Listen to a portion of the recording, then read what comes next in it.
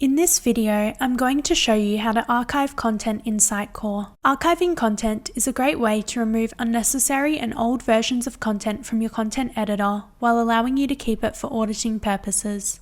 To archive an item, select the item in the content tree of the content editor. Click Review in the top navigation ribbon and then select Archive. Here you can choose whether you want to archive the item now, archive a version of the item now, or archive the item in the future. If you want to archive the item now, select Archive Item Now and then select OK. To archive a version of the item, select Archive Version Now.